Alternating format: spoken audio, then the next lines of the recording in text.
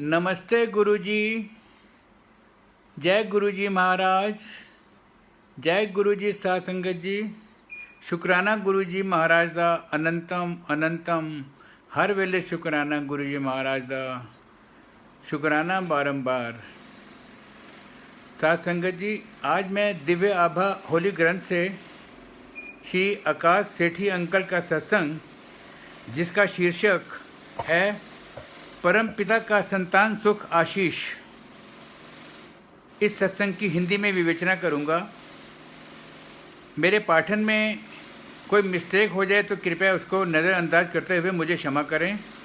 जय गुरुजी। शुक्राना गुरुजी। ओम नमः शिवाय। शिवजी सदा सहाय। ओम नमः शिवाय। गुरुजी सदा सहाय। जय गुरुजी।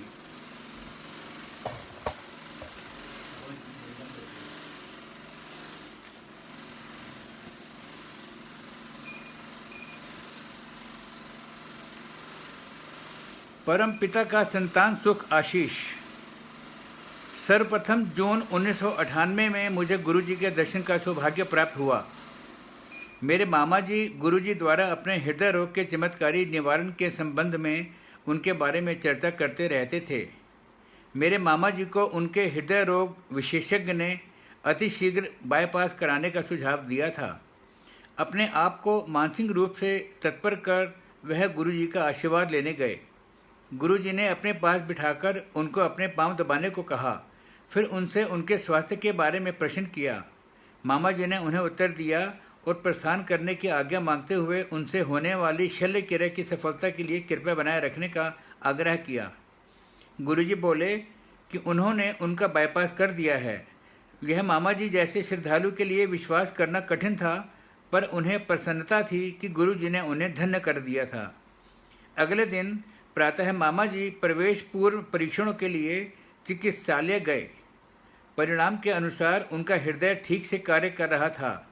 हृदय रोग विशेषज्ञ के निष्कर्ष के अनुसार उनकी अच्छी निद्रा के कारण परिणाम सही थे। उन्होंने मामा जी को एक अन्य प्रयोगशाला से परीक्षण कराने को कहा। पुनः जब वही फल आए तो चिकित्सक अचंभे में पड़ गए।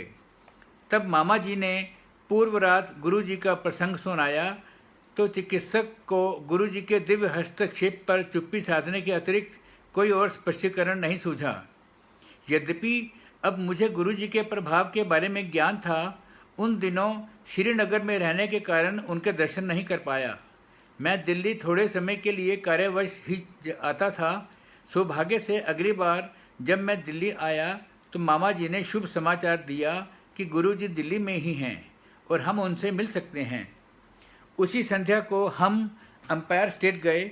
हमारे पहुंचने तक बहुत देर हो गई थी। लंगर का अंतिम चक्र चल रहा था और गुरुजी कुछ देर के लिए अपने कक्ष में चले गए थे। हम लंगर समाप्त करने के बाद संगत में बैठे थे जब गुरुजी अपने कक्ष से बाहर आए। गुरुजी के प्रथम दर्शन काला कुर्ता धारण किए सभागृह में प्रभावशाली, निरहंकारी और मनोहर चाल से चलते हुए आज भी मेरे मनस पटल पर अंकित हैं। उन्होंने मामा जी को पहचान लिया और हम नव आगंतुकों को देखकर हमारे पास आए। उन्होंने मामा जी को हमारा परिचय कराने को कहा और महरौली गुड़गांव मार्ग पर द रंच नामक एक कृषि भवन में अपने जन्म स्थान दिवस पर आने को कहकर हमें प्रस्थान करने की आज्ञा दे दी। प्रथम दिवस और परीक्षा काल। संयोग से अगले दिन दिल्ली में अपने कार्यालय पहुंचने पर मुझे अस्थायी काल के लिए वापस श्रीनगर जाने को कहा गया। वहां पर कार्यरत एक नवीन अधिकारी से कुछ चूक हो गई थी और एक ग्राहक ने उच्च क्षेत्रीय कार्यालय में असंतोष प्रकट किया था। गुरुजी से उनके जन्म दिवस के अवसर पर उनके दर्शन न हो पाने की निराशा के साथ मैं श्रीनगर लौट गया। मुझे सौंपे गए कार्य में सफल होने का विश्वास था, क्योंकि मुझे गुरुजी के दर्शन और आशीष दोनों प्राप्त हो चुके थे। मुझे ज्ञात था कि सब कुछ गुरुजी की इच्छा अनुसार ही होगा। कठिन परिस्थितियों में मैं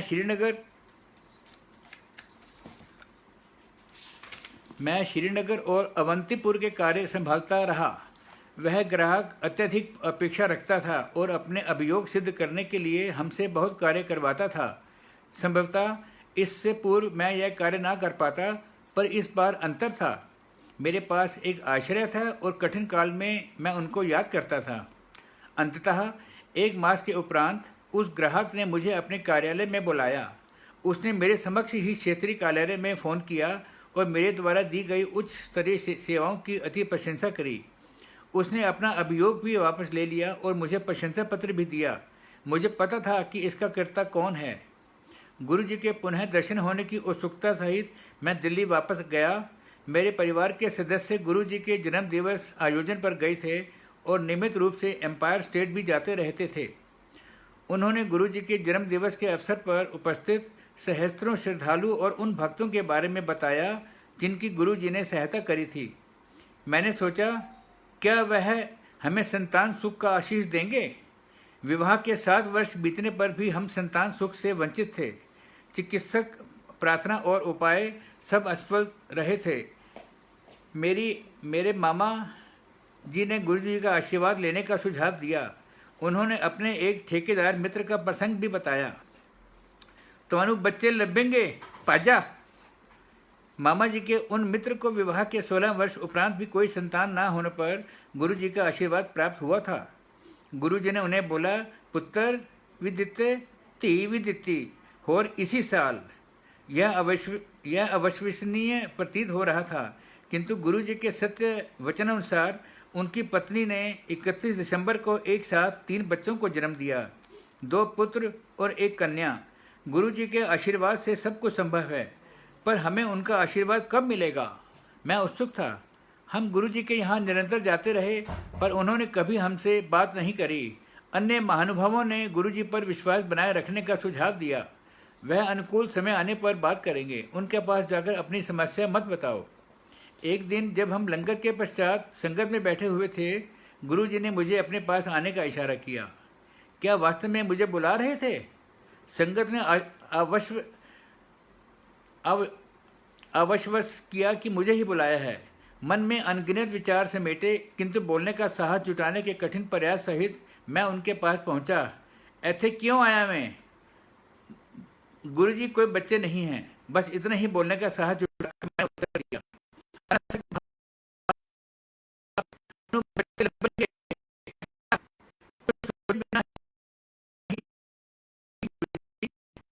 नहीं आया हूँ।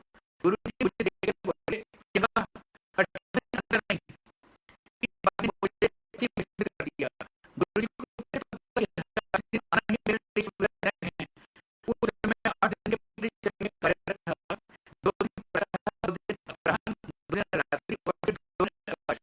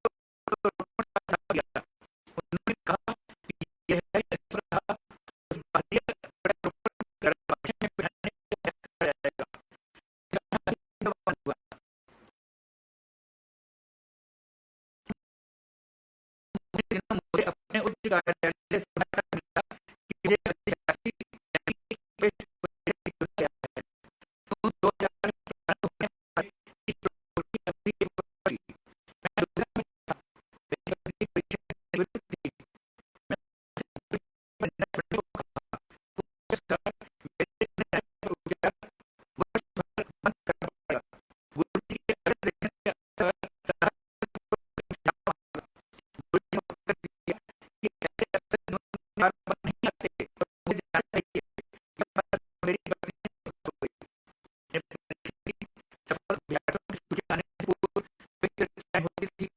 यह सुनकर कि मेरा नाम उन चर्चाओं में नहीं था, मेरी पत्नी चिंता मुक्त हुई। इसी समय 2 जून 2000 को अंतिम बार उन्हें बिजली प्रक्रिया दोहराने का निर्णय लिया। उन्हें इस बात की गम थी। उन्होंने कहा कि एक बार दूसरी प्रक्रिया मैंने अपने कार्यक्रम में समाप्त किया, मैं विलंब से पहुंचूंगा। साल में अपने नमूने और परीक्षण का मुझे एक पूर्ण नमूना दें। मैंने अपने कार्यालय में बताया कि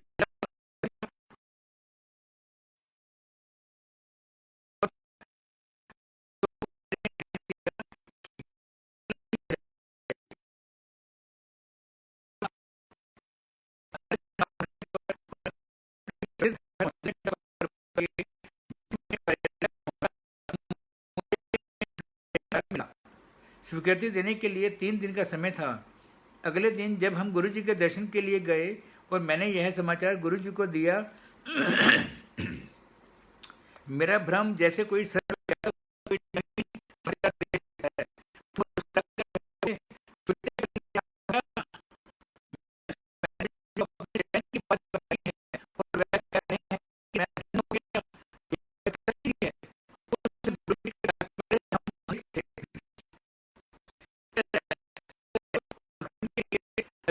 का समय विशेष था। मैंने गुड़गांव में MBA किया। उस संध्या को दर्शन के लिए गए। लौटते हुए पत्नी ने विजन उपकरण को कहा, कोई संगठन का यह उदाहरण हुआ जो पत्नी ने गर्भवती होने का संकेत दिया। गुरु जी की बात से कभी में भी की गई अंतिम। हम दोनों हंसते विहल और कृतज्ञ थे। चक्षुओं में अश्रु भरे हम दोनों बहुत देर तक गुरु जी के रूप में लेते रहे। उसी क्षण हम गुरु जी के पास गए और उनके चरण कमल छूकर जैसे ही उन्हें यह सूचना देने के लिए मैंने अपना मुख खोलना चाहा, एक बार पुनः सर्वज्ञातों को बताने की भूल। उन्होंने मुझे चुप रहने का संकेत दिया और बोले, मैंने पता है। मेरी अनुपस्थिति होते हुए भी मेरी पत्नी का गर्भकाल सहजतापूर्वक बीत गया। उस अवधि में उसे महाविद्यालय परिसर में ही घर मिल गया था, जिससे प्रतिदिन यात्रा की कष्ट से भी मुक्ति मिल गई। उसने 31 जनवरी 2001 को पुत्र को जन्म दिया। शिशु के 40 दिन पूर्ण होने पर हम उसे गुरुजी का आशीर्वाद दिलाने उनके पास ले गए। उस दिन आगे लेते समय गुरुजी मेरी पत्नी को बोले, पूनम मेरी पत्नी को हुआ पर उसके बाद पूरी हर दर्शन के मेरी पत्नी से पूछ रहे मैं उत्तर नहीं देती, पर ऐसे था कि इतने छोटे के साथ ऐसे पूरी प्रक्रिया को दोहराई। उसके अनुसार गुरु जी इतिहास कर रहे थे। जून 2001 में मैं MBA पूरा होने पर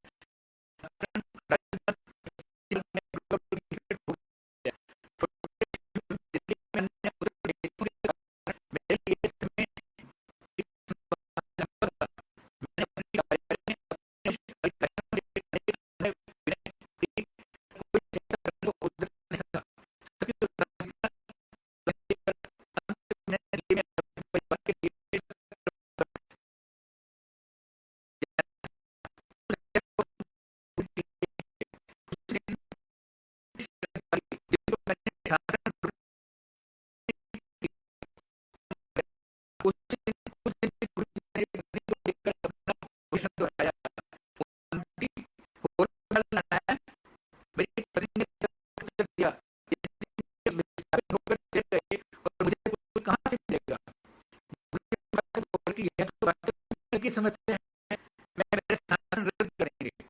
हम उनके कमर चरण स्पर्श कर घर आ गए। 2 दिन के पश्चात मेरे एक वरिष्ठ अधिकारी ने गया और बोले, तुम अपनी समस्याओं के कारण ना जाने की बात कर रहे हो।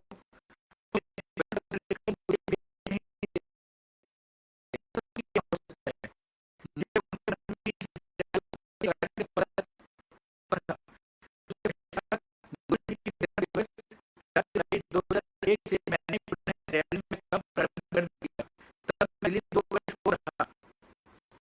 गुरुजी और उस बाद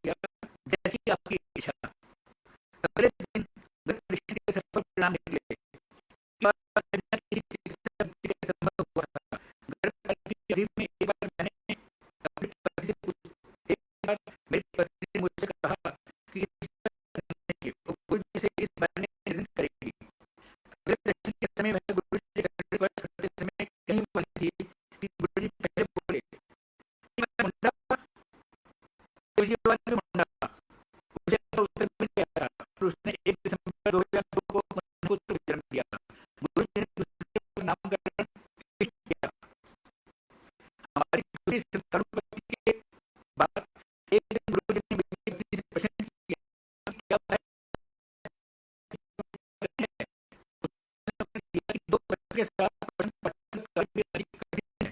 गुरु जी ने अपना सुझाव दोहराया, बताया इस तरह की गुरु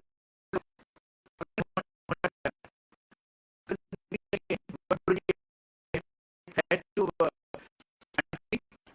में अपना सुझाव बोले, पीएचडी तक की है, पागल होने का इस सुझाव का कारण हमें धीमे तब जाकर स्पष्ट हुआ जब मेरे साथ मुंबई इतनी मेरे साथ पीछे कर लंबा अवकाश लेने की अवस्था में ही मेरे साथ रह सकती थी।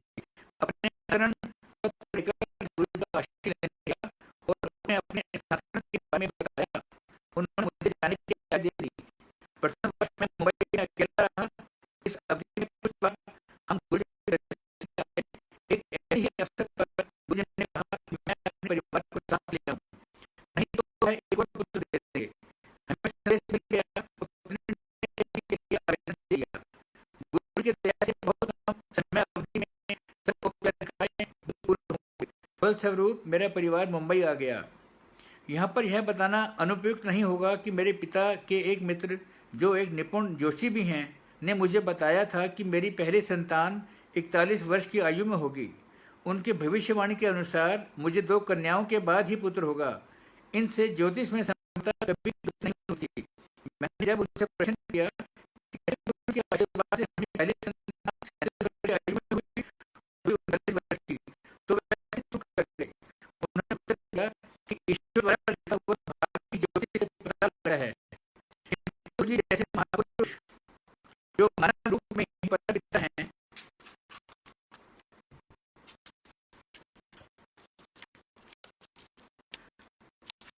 जो मानव रूप में ही परम पिता हैं, भाग्य पूर्ण लिखने की क्षमता रखते हैं। अतः इसमें कोई संदेह नहीं है कि हमारे प्रारब्ध कर्म को बदलने वाले समय भगवान के अतिरिक्त कोई और नहीं हो सकते। दुर्घटना से रक्षा। सितंबर 1999 में हम अपने वाहन में शिमला गए थे। अपनी दिवा स्वप्न की आदत के कारण मैं कभी भी अच्छा चालक नहीं रहा हूँ।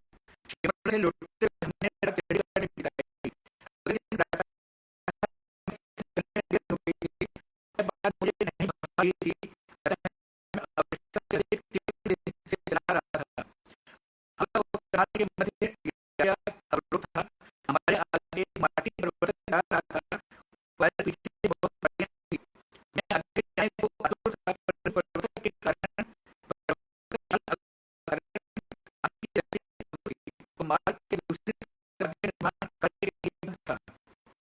अतः दोनों ओर का पीछे मेरी पत्नी मेरे साथ ही अपने नेत्र बंद कर अपने छोटे से वाकमैन पर शब्द सुनती हुई आगे हुई। वह परिवर्तक अत्यंत धीमी गति से चल रहा था।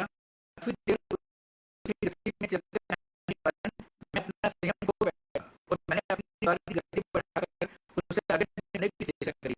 जैसे ही मैं उसके समानांतर पहुंचा, मुझे सामने आता हुआ यात्री दिखाई दिया। सामने से अत्यंत धीमी गति से एक और परिवर्तक हमारी दिशा में भागता चला आ रहा था। उसमें और हमारी कार में कुछ मीटर की विशेष थी। दोनों परिवर्तकों के आगे हिस्से में कुछ बिंदु आ गया था। कार के आते हुए परिवर्तक दोनों के कर्मचारियों का चिल्लाना सुनकर मैंने छूट गई। मेरी पत्नी ने अपनी आंखें खोली, मुझे देखा और उन दोनों को गुरु जी को याद करने के अतिरिक्त कुछ नहीं हुआ। मुझे अपनी दाहिनी बांह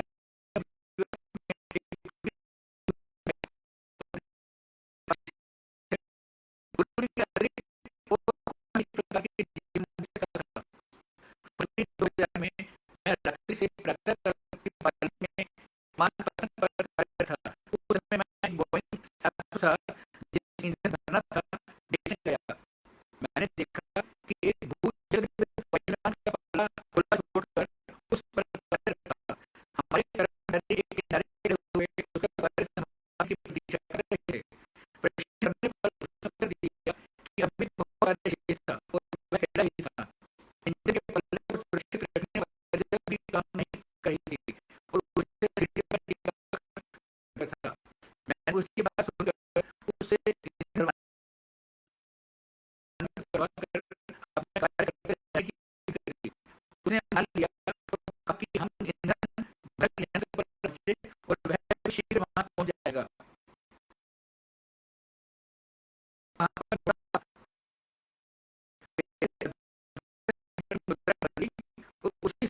सीढ़ी पर अटका कर रखा हुआ पल्ला से गिरने लगा। मेरी दृष्टि इतने तेज गति से गिरते हुए पल्ले पर पड़ी, मैं तुरंत गुरुजी आ गया। पल्ला जोर से मेरे मस्तक पर आकर लगा और वहां से रक्त स्राव होने लगा। मैं चेतन अवस्था में था। मुझे चिकित्सक जाया गया।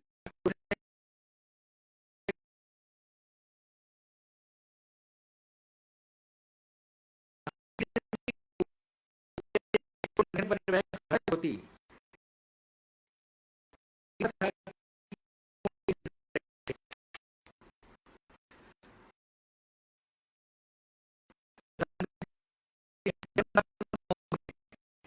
छब्बीस जुलाई उस कर्मचारी रेल होने के भय से गए थे।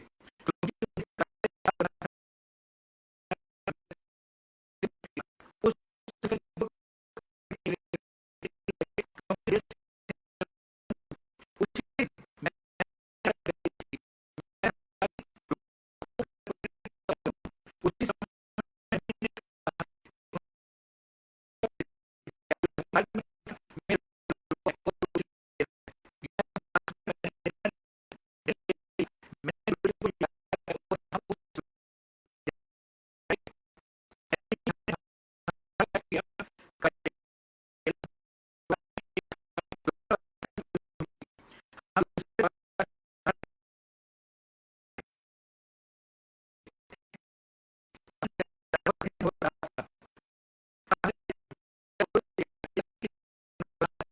हम 2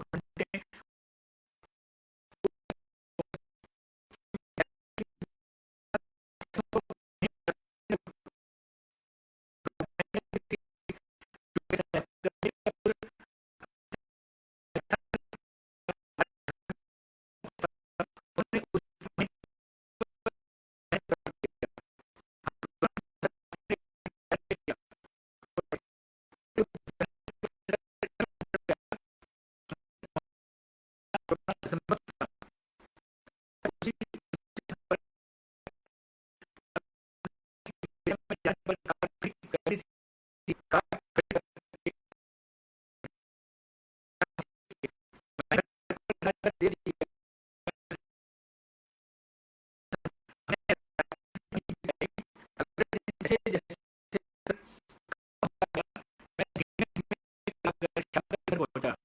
घर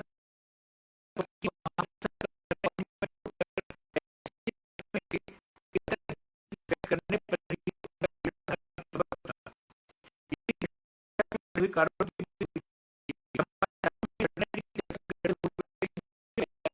भी जल स्तर को जाने के कारण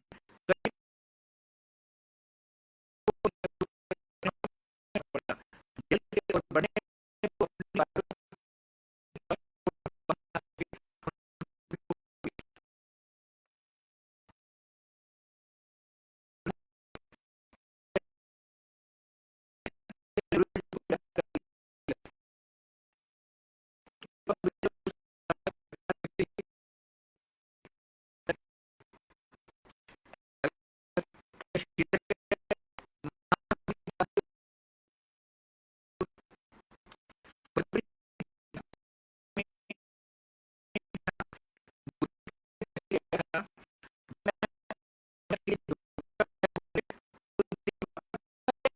मैंने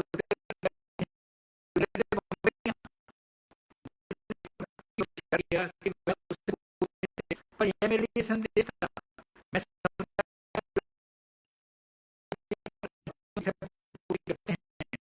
2007 में अंत तक दिल्ली के लिए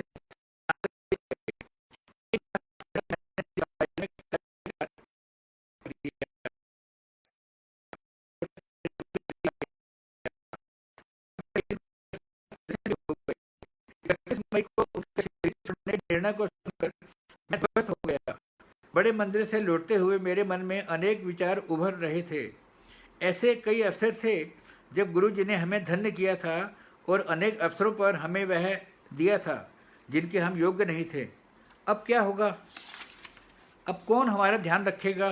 यद्यपि इन प्रश्नों का मेरे पास कोई उत्तर नहीं था, किंतु जिन्होंने सदा हमारी आवश्यकताओं, शंकाओं और प्रार्थनाओं का उत्तर दिया था, उनके पास इसका भी समाधान है। यह मुझे कुछ दिनों में पता लगने वाला था। वर्ष 2005 से मैं अंतर्निर्गम उद्यम प्रतियोगिता इंटर कॉर्पोरेट बिजनेस कंपटीशन में भाग लेता रहा था। इस वर्ष 2007 में क्षेत्रीय प्रतियोगिता दिल्ली में 1 से 2 जून को आयोजित थी। गुरु जी की महासमाधि के उपरांत मुझे लगा कि अपना सर्वस्व देना संभव नहीं होगा। मैंने अपने साथियों को फ़ोन पर कहा कि मैं अत्यधिक क्षीण हो रहा हूँ और वह मेरे ऊपर निर्भर ना रहें। मेरे एक साथी ने मुझे सांत्वना दी, गुरु अपने शिष्यों को कभी नहीं छोड़ते, शरीर त्यागने के बाद भी नहीं। शोक संतप्त होने के कारण मैंने उस पर विश्वास नहीं किया।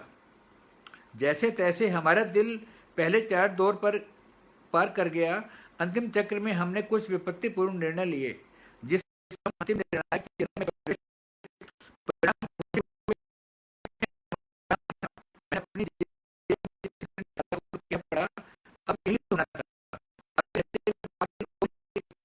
गुरु जी का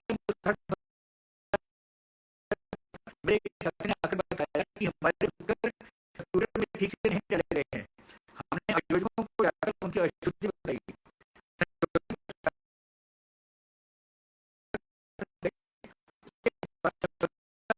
रही 6 जून 2007 को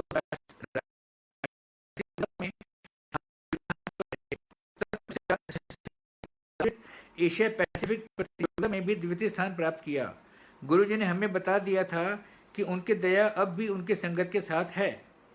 हम अपने दोनों बच्चों को अच्छे विद्यालय में प्रवेश कराने को उत्सुक थे। यद्यपि हम विभिन्न सूत्रों के द्वारा यह प्रयास कर रहे थे, पर उससे कोई सफलता नहीं मिल रही थी। अंत में मैंने गुरु जी से प्रश्न किया, आपने 2 पुत्र दिए हैं, तो इनको अच्छे विद्यालय में प्रवेश क्यों नहीं दिला देते? इसका उत्तर मुझे अति शीघ्र मिला।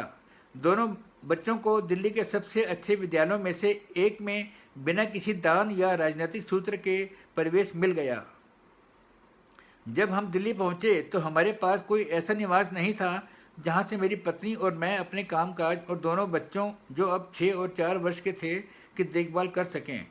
इस समस्या का एकमात्र समाधान यही था कि मेरी पत्नी को महाविद्यालय परिसर में ही घर मिल जाए, पर कोई भी निवासी सेवानिवृत्त होने वाला नहीं था और वहाँ पर घर वरीयता के आधार पर ही मिलते थे। इस बार भी हमारी इच्छा अनुसार चमत्कार हुआ। एक शिक्षक, जिनके पुत्र को अपने विद्यालय से दूर होने के कारण कठिनाई का सामना करना पड़ता था,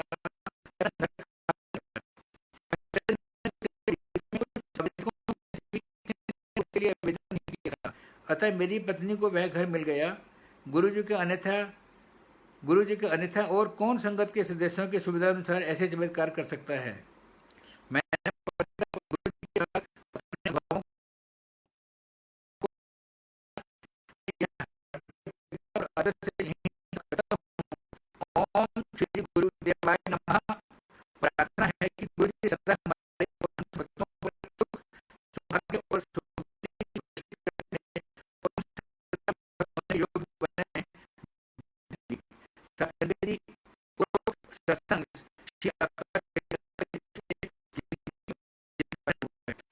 के साथ